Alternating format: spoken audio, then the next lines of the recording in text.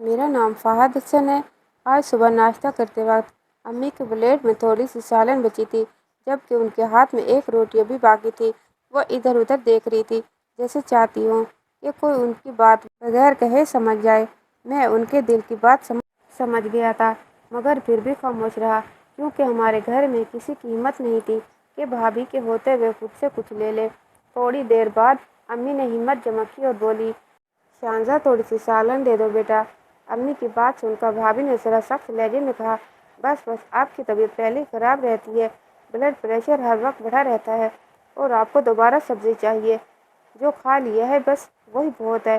میں نے بھائی کی طرف امید بھری نظروں سے دیکھا کہ شاید وہ کچھ بولیں گے، مگر بھائی تو ایسے کھانے میں جھکے ہوئے تھے جیسے انہوں نے کچھ سنا ہی نہ ہو۔ امی ہاتھ پونچھ کر اٹھنے لگی تو میں نے کہا، بھابھی جب امی سارا دن گھر کے کام کرتی ہیں تو آپ کو ان کی طبیعت کا خیال کیوں نہیں آتا؟ امی بھوکی رہ جائیں گی تو رات بھر سو نہیں پائیں گی، پلیز ان کی سبزی دے دیں۔ بھابھی جھنجھلا کر بولی، زیادہ ماں کے سچے بننے کی ضرورت نہیں۔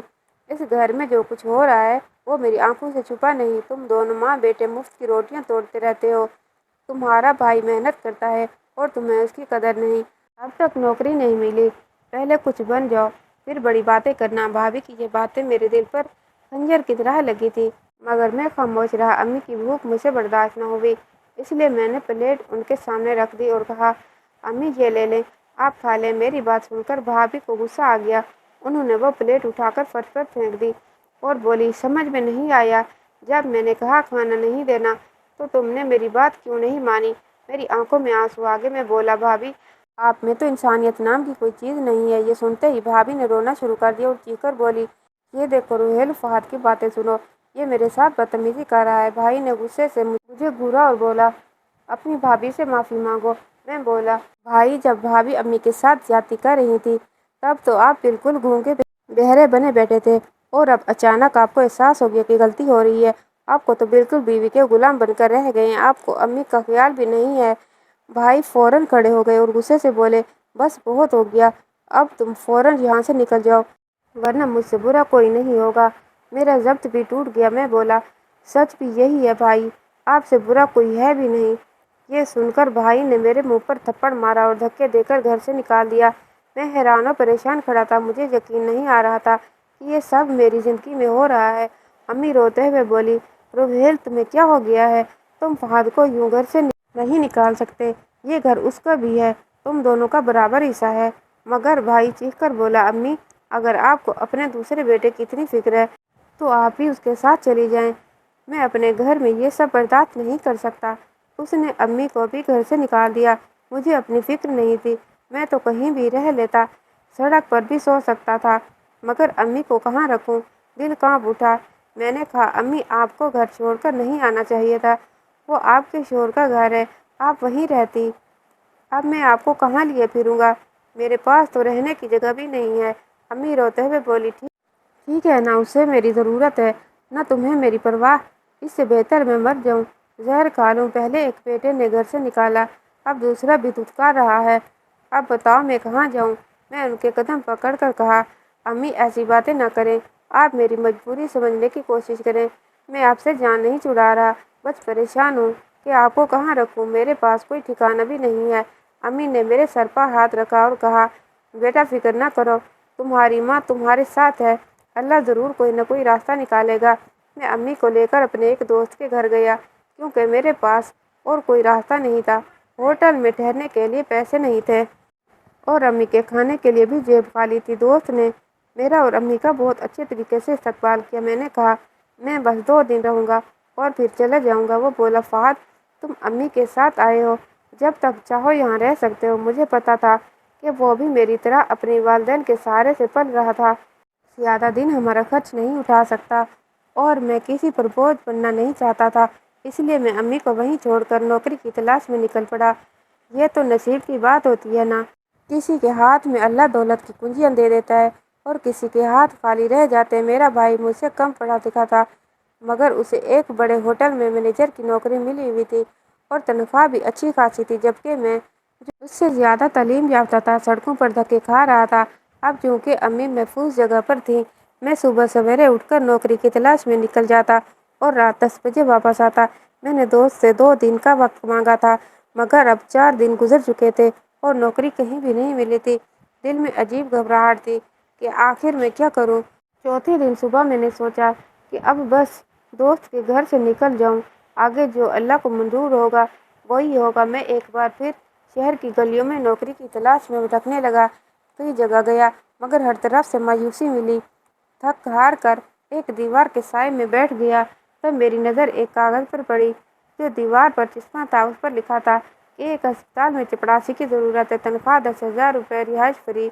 یہ پڑھ کر میری آنکھوں میں آنسو آ گئے۔ میں نے خود سے کہا، فہد یہ نوکری تمہارے لیے نہیں ہے، تم نے تو MBA کیا ہوا ہے، اب تم چپڑاسی بنو گے۔ دل جیسے خون رو رہا تھا، مگر امی کا چہرہ آنکھوں کے سامنے آ گیا۔ میں فوراً اٹھا اور دیے گئے پتے پر جا پہنچا۔ جب اسپتال کے عملے کو بتایا کہ میں چپڑاسی کی نوکری کے لیے آیا ہوں تو سب حیران رہ گئے۔ میری شکل و صورت اور انداز سے ایسا لگتا تھا جیسے میں کسی اچھے گھرانے سے ہوں، اور سچ بھی یہی تھا۔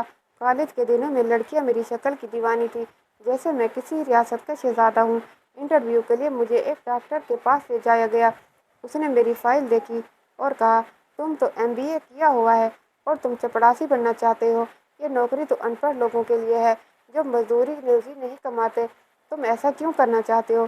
میری آنکھوں میں آنسو آ گئے۔ میں بولا، ڈاکٹر صاحب میں بہت مجبور ہوں، کئی جگہ انٹرویو دیے ہیں مگر کچھ حاصل نہیں ہوا۔ اس وقت مجھے نوکری کی سخت ضرورت ہے، چاہے وہ کسی بھی درجے کی کیوں نہ ہو۔ ڈاکٹر نے چند لمحے سوچا، پھر بولا، اچھا اگر تم اتنے مجبور ہو تو میں تمہیں یہ نوکری دے دیتا ہوں۔ اس نے مجھے چپڑاسی کی نوکری دے دی، ساتھ ہی اسپتال کے پیچھے ایک چھوٹا سا فلیٹ بھی مل گیا۔ مجھے سمجھ نہیں آ رہا تھا کہ یہ خوشی کا موقع ہے یا غم کا۔ میں واپس گیا، دوست کا شکریہ ادا کیا کہ اس نے مشکل وقت میں میرا ساتھ دیا۔ میں نے کہا، اب میں امی کو لے کر جا رہا ہوں کیونکہ مجھے اسپتال میں رہنے کی جگہ اور نوکری مل گئی ہے۔ دوست نے ہنس کر بولا، فہد تم مذاق کر رہے ہو، تم نے MBA کیا ہے اور اب اسپتال میں نوکری ملی؟ کون سی نوکری؟ میں بولا، چپڑاسی کی۔ یہ سن کر اس کی آنکھوں میں بھی آنسو آ گئے۔ وہ بولا، یار خود پر اتنا ظلم مت کرو، تمہارے لیے بہتر موقع ضرور آئے گا، جب تک چاہو میرے گھر میں رہ سکتے ہو۔ میں نے کہا، تمہارا شکریہ، مگر اب جب روزی کا دروازہ کھلا ہے تو اسے ٹکرانا ناشکری ہوگی۔ بہت سمجھانے کے باوجود بھی میں نہیں رکا اور امی کو لے کر اسپتال کے پیچھے بنے فلیٹ میں شفٹ ہو گیا۔ امی نے پوچھا، بیٹا تمہیں کیسی نوکری ملی ہے؟ میں نے مسکرا کر کہا، امی ایک کمرے میں بیٹھ کر کمپیوٹر پہ حساب کتاب کروں گا۔ امی خوش ہو گئی، مگر میں جھوٹ بول رہا تھا کیونکہ اگر سچ بتاتا تو وہ پریشان ہو جاتی اور ان کا بلڈ پریشر بڑھ جاتا۔ اب میں روز اسپتال جاتا، صفائی وغیرہ کرتا اور سوچتا، شاید میری قسمت میں یہی لکھا تھا۔ میں نے دل سے مان لیا کہ ہر انسان اپنی قسمت کا ہی کھاتا ہے۔ مہینہ گزرا، میں نے ایمانداری سے کام کیا۔ ایک دن ڈاکٹر نے مجھے بلایا، تعریف کی اور کہا، فہد تمہارے کام کی کوئی شکایت نہیں آئی، میں تمہاری فائل اپنے ایک دوست کو دی ہے، دیکھتے ہیں وہ تمہارے لیے کچھ بہتر کر سکتا ہے۔ یہ سن کر میری آنکھوں میں خوشی کے آنسو آ گئے۔ میں نے کہا، ڈاکٹر صاحب اگر ایسا ہو گیا تو میں آپ کا زندگی بھر شکر گزار رہوں گا۔ ڈاکٹر مسکرایا، اس نے میری تنخواہ دی، 10,000 روپے۔ میری نوٹ گنے، دل بھر آیا۔ ابا کے مرنے کے بعد میں نے کبھی 500 بھی ایک ساتھ نہیں دیکھے تھے۔ 500 کے نوٹ دیکھنے کو ترستا تھا۔ میں سوچنے لگا، سب سے پہلے میں گھر کے لیے راشن لاؤں گا، امی کو اچھا کھانا کھلاؤں گا۔ میں نے نوٹ جیب میں ڈالے ہی تھے کہ اچانک ایک عورت میرے سامنے آ کھڑی ہوئی، دونوں ہاتھ جوڑ کر بولی، اللہ کے واسطے میری مدد کر دو بیٹا۔ اس کی آنکھوں سے آنسو بہہ رہے تھے۔ میں نے پوچھا، کیا ہوا؟ وہ بولی، کل میرے بیٹے کا ایکسیڈنٹ ہو گیا ہے، وہ تیز موٹر سائیکل چلا رہا تھا، اب ICU میں ہے، آپریشن کے لیے پیسے چاہیے، میرے پاس کچھ نہیں، ڈاکٹر کہہ رہے ہیں کہ پیسے نہ دیے تو علاج بند کر دیں گے، بس تھوڑا سا دے دو بیٹا، میرے بچے کی جان بچ جائے گی۔ اس کی حالت دیکھ کر میرا دل کانپ گیا۔ بغیر سوچے سمجھے میں نے وہ پورے 10,000 روپے اس کے ہاتھ میں رکھ دیے۔ میں بولا، اللہ تمہارے بیٹے کو صحت دے، تمہیں کبھی اولاد کا دکھ نہ ہو۔ وہ دعائیں دیتی چلی گئی۔ وہ عورت آگے بڑھی اور دوسرے لوگوں سے بھی مدد مانگنے لگی، مگر کسی نے اس کی بات پر دھیان نہ دیا۔ ایک شخص نے تو اسے جھڑک کر بھگا دیا۔ وہ بے بسی سے تیسری طرف چلی گئی اور وہاں بھی ناکام لوٹی۔ میں اسے دیکھتا رہا اور دل ہی دل میں سوچتا رہا، کاش میرے پاس اتنا پیسہ ہوتا کہ میں اس عورت کی پوری مدد کرتا۔ پھر اچانک میرے ذہن میں خیال آیا، کیوں نہ میں اسپتال کے ڈاکٹروں سے اس کے لیے پیسے مانگوں۔ میں فوراً اسپتال کے سینئر ڈاکٹر کے پاس گیا اور سب سے اپیل کی، سر ایک عورت کے بیٹے کی جان خطرے میں ہے، اس کے علاج کے لیے مجھے ابھی پیسے چاہیے۔ کسی نے 10,000 روپے دیے، کسی نے 2,000، کسی نے 500۔ تھوڑے تھوڑے کر کے میں تقریباً 70,000 روپے جمع کر لیے۔ میں وہ رقم لے کر تیزی سے اس عورت کے پاس گیا اور کہا، یہ پیسے اسپتال کے عملے نے تمہارے بیٹے کے علاج کے لیے جمع کیے ہیں، فوراً ڈاکٹر کو دے دو، اللہ باقی کا بندوبست بھی کر دے گا۔ وہ عورت روتی ہوئی میرے ہاتھ چومنے لگی، بولی، اللہ تمہیں اس نیکی کا بڑا اجر دے گا، تم کروڑ پتی بنو بیٹا۔ میں مسکرا دیا، دل میں سوچا، کروڑ پتی بننا تو میری قسمت میں کہاں، میں تو 2 وقت کی روٹی کے لیے ترس رہا ہوں۔ میری پہلی تنخواہ کا 1 روپیہ اس عورت کو دے دیا تھا اور اگلے 2-3 مہینے کی تنخواہ بھی پہلے ہی ادھار چلی گئی تھی، کیونکہ میں نے اسپتال کے کلرک سے تھوڑے پیسے ادھار لیے تھے۔ گھر میں اب راشن ختم تھا۔ جب میں گھر پہنچا تو امی دروازے پر انتظار کر رہی تھی، بولی، بیٹا کیا لائے ہو آج؟ میرا دل شرم سے جھک گیا، مگر میں نے جھوٹ بولا، امی آج تنخواہ نہیں ملی، کل ملے گی، آپ فکر نہ کریں۔ امی نے میری طرف دیکھا، کچھ نہ بولی، بس آہستہ سے سوکھی روٹی اور اچار کھانے لگی۔ امی کے لیے اچار کھانا ٹھیک نہیں تھا، کیونکہ ان کا بلڈ پریشر بڑھ جاتا تھا۔ دل ٹوٹ گیا، مگر خاموش رہا، خود بغیر کھائے لیٹ گیا۔ امی نے آواز دی، کچھ تو کھا لو بیٹا۔ میں بولا، امی بھوک نہیں ہے۔ امی نے آہ بھری اور بولی، پریشان مت ہو، اللہ بہت کچھ دے گا۔ امی نے میرے سر پر ہلکا سا ہاتھ مارا، بولی، فہد، آئندہ میرے سامنے مایوسی کی بات مت کرنا، سب کچھ اللہ کے ہاتھ میں ہے، جسے چاہے دے، جسے چاہے لے لے۔ میں ابھی امی کی باتیں سن ہی رہا تھا کہ دروازے پر زور سے دستک ہوئی۔ میں اٹھ کر گیا، دیکھا تو باہر 2 آدمی کھڑے تھے، دونوں نے سوٹ پہنے ہوئے تھے، آنکھوں پر کالے چشمے اور ہاتھوں میں مہنگی گھڑیاں۔ ان کے پیچھے ایک بڑی سی گاڑی کھڑی تھی۔ میں نے پوچھا، جی آپ کون ہیں؟ ایک نے کہا، فکر نہ کریں، آپ ہمیں نہیں جانتے، مگر ہم آپ کو اچھی طرح سے جانتے ہیں، یہ چابیاں اور یہ کاغذات لیجیے۔ میں حیران رہ گیا، یہ سب کیا ہے؟ آپ مجھے کیوں دے رہے ہیں؟ وہ بولا، یہ آپ کے لیے ایک سرپرائز ہے، بس گھر جا کر آرام سے صوفے پر بیٹھ کر خط پڑھنا، ورنہ چکرا جاؤ گے۔ میں الجھ گیا، کاغذ اور چابیاں لے لی، دل اندر سے ڈر رہا تھا کہ کہیں کوئی دھوکہ نہ ہو۔ آج کل تو فراڈ عام بات ہے۔ میں نے سوچا، پتہ نہیں یہ لوگ مجھے کیوں ڈھونڈ رہے تھے۔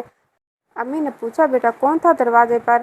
میں نے کہا، 2 انجانے آدمی، انہوں نے مجھے کاغذ اور چابیاں دی، مگر سمجھ نہیں آ رہا کیوں۔ امی بولی، اچھا کھول کر دیکھو، کیا لکھا ہے؟ میں نے کہا، ابھی دیکھتا ہوں، مگر سچ یہ تھا کہ ہمت ہی نہیں ہو رہی تھی۔ خیر میں نے کاغذ کو کھولا اور پڑھنا شروع کیا۔ اس میں لکھا تھا، مسٹر فہد، میں نے آج آپ کو سٹی اسپتال میں دیکھا، آپ ایک چپراسی کی حیثیت سے کام کر رہے ہیں، مگر آج آپ نے تنخواہ ملتے ہی ایک غریب عورت کی مدد کی اور پھر دوسروں سے بھی اس کے لیے اپیل کی۔ میں نے یہ سب اپنی آنکھوں سے دیکھا اور متاثر ہوا۔ میں نے آپ کے بارے میں معلومات حاصل کی، پتہ چلا آپ ایک تعلیم یافتہ نوجوان ہیں، مگر بھائی نے آپ کو گھر سے نکال دیا اور آپ چپراسی کی نوکری پر مجبور ہیں۔ کل شام اس پتے پر آ جائیے، آپ کے لیے ایک بہت بڑا سرپرائز ہے، تبھی آپ کو معلوم ہوگا یہ چابیاں کس چیز کی ہیں۔ میں خط پڑھ کر گہری سوچ میں ڈوب گیا، آخر یہ کون ہو سکتا ہے؟ دل میں بہت ڈر تھا کہ کہیں فراڈ نہ ہو جائے۔ میں نے امی کو سب بتایا تو وہ گھبرا گئی، بولی، نہیں بیٹا، وہاں مت جانا، خاموشی سے اپنی نوکری کرتے رہو۔ میں نے سر ہلایا، مگر دل کے اندر سے جاسوس جاگ چکا تھا۔ امی بولی، اچھا تو آج تمہیں تنخواہ ملی تھی، مگر تم نے وہ ایک عورت کو دے دی۔ میں ڈر گیا، شاید وہ ناراض ہوں گی، مگر امی نے میرا ماتھا چوم لیا اور کہا، مجھے اپنے بیٹے پر فخر ہے، فہد، تم نے آج دل سے مجھے خوش کر دیا۔ میں ہمیشہ سمجھتی تھی کہ شاید میری پرورش میں کوئی کمی رہ گئی ہے، کیونکہ تمہارے بھائی نے میرے ساتھ اتنا برا سلوک کیا۔ میں خود کو قصوروار مانتی تھی، مگر آج تمہارا یہ عمل دیکھ کر یقین آ گیا کہ نہیں، میری تربیت میں کوئی کمی نہیں تھی، غلط نیت تو روحیل اور اس کی بیوی کی تھی۔ اللہ کا شکر ہے کہ اس نے مجھے زندہ رہتے ہوئے یہ دن دکھایا۔ امی کی باتیں سن کر میں مسکرا دیا۔ اگلے دن صبح میں حسب معمول ہسپتال گیا، مگر ذہن میں وہ خط بار بار گونج رہا تھا۔ میرا دل صاف کہتا تھا، وہاں جانا چاہیے، شاید کوئی بھلائی لکھ دی گئی ہو۔ آخر کار میں نے ہمت جمع کی اور دیے گئے پتے پر پہنچ گیا۔ وہاں جا کر دیکھا، ایک بہت بڑا ریسٹورینٹ تھا، خوبصورت عمارت، شیشے کے دروازے، باہر لگے فلیکس بورڈ پر بڑے حروف میں نام لکھا ہوا۔ میں جھجکتا ہوا اندر گیا۔ گیٹ پر کھڑے چوکیدار نے پوچھا، جی آپ کا نام؟ میں نے کہا، فہد۔ وہ چونک کر بولا، اوہ، وہی سٹی اسپتال والا فہد، اور سب کا انتظار کر رہے ہیں، آئیے میرے ساتھ۔ میں حیران تھا مگر خاموشی سے اس کے ساتھ چلنے لگا۔ وہ مجھے ایک سیکرٹری کے حوالے کر کے بولا، انہیں باس کے کمرے میں لے جائیں۔ سیکرٹری مجھے ایک بڑے ایئر کنڈیشنر کمرے میں لے گئی۔ اندر داخل ہوتے ہی ٹھنڈک نے میرے جسم میں کپ کپی سی دوڑا دی۔ سامنے ایک نفیس لباس میں آدمی بیٹھا تھا۔ اس نے مسکرا کر کہا، فہد، شاید تم مجھے نہیں جانتے، اس لیے اپنا تعارف خود کروا دیتا ہوں۔ میرا نام روہیل ہے۔ میں اس ریسٹورانٹ کا مالک ہوں، مگر اب یہ ریسٹورانٹ میں تمہارے نام کرنا چاہتا ہوں۔ میں سکتے میں آ گیا، بولا، کیا مطلب؟ آپ میرے ساتھ مذاق کر رہے ہیں؟ وہ بولا، نہیں، یہ مذاق نہیں، میں تمہارے خلوص اور نیکی سے بہت متاثر ہوا ہوں۔ تم نے جس طرح سے اپنی غربت کے باوجود دوسروں کا بھلا کیا، میں چاہتا ہوں کہ یہ جگہ تمہارے حوالے کر دوں۔ میں ہکا بکا اس کا چہرہ دیکھنے لگا۔ لیکن آپ ایسا کیوں کر رہے ہیں؟ روہیل نے گہری سانس لی، پھر بولا، فہد، 20 سال پہلے میرے ساتھ وہی ہوا جو تمہارے ساتھ ہوا۔ میں بھی کینسر کا مریض تھا۔ میرے 4 بیٹے اور 1 بیٹی تھی، مگر چاروں نے اپنی بیویوں کے کہنے پر مجھے گھر سے نکال دیا۔ میں اور میری 10 سالہ بیٹی سڑک پر آ گئے۔ میرے پاس علاج کے پیسے بھی نہیں تھے۔ موت میرے سر پر منڈلا رہی تھی۔ وہ رکا، پانی پیا، پھر بولا، ایک دن ایک آدمی مجھے ملنے آیا۔ اس نے کہا، ریسٹورانٹ میرے باپ کے نام پر نکلا ہے، اس لیے میں یہ تمہیں واپس کر رہا ہوں۔ میں حیران رہ گیا کہ میرے باپ کے نام پر کہاں؟ پھر پتہ چلا کہ شادی سے پہلے میرے والد سے یہ جگہ دھوکے سے ہتھیائی گئی تھی۔ نئے مالک کو احساس ہوا کہ یہ غلطی ہے، کیونکہ اس کے اپنے 2 بچے اس کے سامنے مر گئے تھے، بیوی بھی چھوڑ گئی تھی اور وہ خود بھی بیمار ہو گیا۔ اسے یقین ہو گیا کہ کسی کا حق مارنا اور کسی کا دل دکھانا اللہ کو پسند نہیں، اس لیے اس نے مجھے میری امانت واپس کر دی۔ فہد خاموشی سے سنتا رہا۔ روہیل آگے بولا، میں نے یہ ریسٹورانٹ دوبارہ چلانا شروع کیا، دن رات محنت کی، ترقی کی، علاج کروایا، اللہ کے کرم سے ٹھیک ہو گیا، مگر اب کینسر واپس آ چکا ہے، اس بار لا علاج۔ اب مجھے یقین ہے کہ زندگی کے دن گنے جا چکے ہیں۔ میں نہیں چاہتا کہ مرنے کے بعد یہ ریسٹورانٹ ان بیٹوں کے پاس چلا جائے جنہوں نے مجھے دھتکارا۔ میں چاہتا ہوں یہ کسی ایسے انسان کے ہاتھ میں جانے دو جو دوسروں کے کام آئے، اور وہ انسان تم ہو۔ میرے دل کی دھڑکنیں تیز ہو گئیں۔ میں کچھ بول نہیں سکا۔ روہیل نے مسکرا کر کہا، بس میری ایک چھوٹی سی خواہش ہے، میری بیٹی دعا کا ہاتھ تھام لو۔ وہ بہت نیک اور معصوم لڑکی ہے، تم اسے اس کے بھائیوں کے رحم و کرم پر نہیں چھوڑ سکتا۔ تم جیسے سچے اور ایماندار شخص کے ساتھ ہی وہ خوش رہ سکتی ہے۔ میں جیسے پتھر کا ہو گیا۔ اتنی بڑی نعمت میں نے تو خواب میں بھی نہیں سوچا تھا۔ میرے چھوٹے سے عمل سے کسی غریب کی مدد کا بدلہ اللہ یوں دے گا۔ دل میں خیال آیا کہ واقعی انسان اگر خلوص سے کسی کی مدد کرے تو اللہ 100 گنا لوٹاتا ہے۔ میں نے سر جھکا کر آنکھوں میں آنسو لیے کہا، روہیل صاحب، میں آپ کا احسان کبھی نہیں بھلا سکوں گا۔ میں آپ کی بات مانتا ہوں۔ روہیل صاحب کی آنکھوں میں سکون اتر آیا۔ انہوں نے میرا ہاتھ تھام کر کہا، بیٹا، اللہ تمہیں خوش رکھے۔ جانتا ہوں کہ میری بیٹی تمہارے سہارے محفوظ رہے گی۔ میں نے کہا، مجھے ایک باپ کی دعاؤں کی ضرورت ہے اور آپ نے وہ دے دی ہیں۔ چند دن بعد ہماری شادی سادگی سے انجام پائی۔ دعا واقعی وہی تھی جس کا روہیل صاحب نے بتایا تھا، نہایت معصوم، بااخلاق اور نرم دل۔ شادی کے بعد ہم دونوں ایک نئے فلیٹ میں شفٹ ہو گئے جو روہیل صاحب نے ہمارے نام کر دیا تھا۔ میں نے اسپتال کی نوکری چھوڑ دی اور پوری طرح سے ریسٹورانٹ سنبھالنے لگا۔ اب میری ماں، میں اور دعا ایک ہی چھت کے نیچے رہنے لگے۔ دعا امی کی خدمت میں کوئی کمی نہ چھوڑی۔ وہ صبح ان کے لیے چائے بناتی، دوا دیتی، ان کے کپڑے دھوتی اور کبھی تھک کر بھی نہ بولتی۔ امی اکثر کہتی، بیٹا، دعا نے مجھے اپنی بیٹیوں کی یاد دلا دی، اللہ اسے سلامت رکھے۔ میں دعا کی طرف دیکھ کر مسکرا دیتا، دل کے اندر شکر ادا کرتا کہ اللہ نے مجھے اتنی نیک ساتھی عطا کی۔ کچھ ہی دنوں میں نے ریسٹورانٹ کے سارے معاملات سنبھال لیے۔ میری MBA کی تمام تعلیمات میرے کام آنے لگی۔ میں نے انتظام، صفائی، اسٹاف اور کھانے کے معیار میں بہتری لائی۔ روہیل صاحب نے مجھ پر بھروسہ کیا اور میں نے اس بھروسے کو نبھایا۔ اللہ کا فضل ہوا کہ چند ہی مہینوں میں ریسٹورانٹ پہلے سے بھی دگنا چلنے لگا، گاہک بڑھ گئے، نام بن گیا۔ ایک دن جب آفس میں فائل دیکھ رہا تھا تو دروازہ کھلا۔ اندر وہ شخص داخل ہوا جس نے کبھی مجھے تھپڑ دے کر گھر سے نکالا تھا، میرا بھائی روہیل۔ میں ایک لمحے کے لیے ساکت رہ گیا۔ میں خود پر قابو رکھا۔ اس نے شرمندگی سے کہا، فہد، یہ سب کیا ہے؟ تم یہاں، یہ جگہ تمہاری ہے؟ میں نے کرسی سے اٹھ کر سنجیدگی سے کہا، جی، میں اب اس جگہ کا مالک ہوں۔ اور اس کا رنگ اڑ گیا۔ بولا، فہد تم میرے چھوٹے بھائی ہو، اب مجھ سے یہ کرو گے؟ تمہیں تو مجھے معاف کر دینا چاہیے۔ میں نے ٹھنڈی سانس لی اور بولا، روحیل بھائی، اللہ نے تمہیں آزمایا ہے اور مجھے بھی۔ تم فیل ہو گئے، مگر میں اپنی ماں اور اپنے ایمان کا ساتھ نہیں چھوڑا۔ میں نے سیکھا ہے کبھی کسی کے ساتھ ظلم نہیں کرنا چاہیے، خاص طور پر ماں کے ساتھ۔ وہ خاموش کھڑا رہا، نظریں جھکا لی۔ میں نے کہا، اب اگر آپ واقعی توبہ کر چکے ہیں اور مجھ سے معافی مانگ رہے ہیں تو میرے دروازے آپ کے لیے کھلے ہیں، مگر اگر وہی تکبر لے کر آئے تو بہتر ہے کہ یہاں سے چلے جائیں۔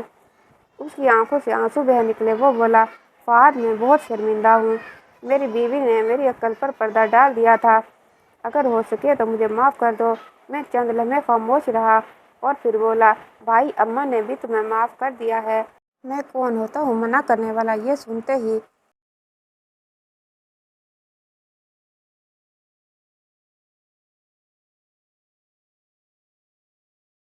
وہ میرے قدموں میں گر گیا، رو پڑا۔ میں نے اسے اٹھایا اور سینے سے لگا لیا۔ اسی شام جب امی کو بتایا کہ بھائی آئے تھے، وہ بھی رو پڑی، بولی، بیٹا، اللہ نے میرا دل مطمئن کر دیا۔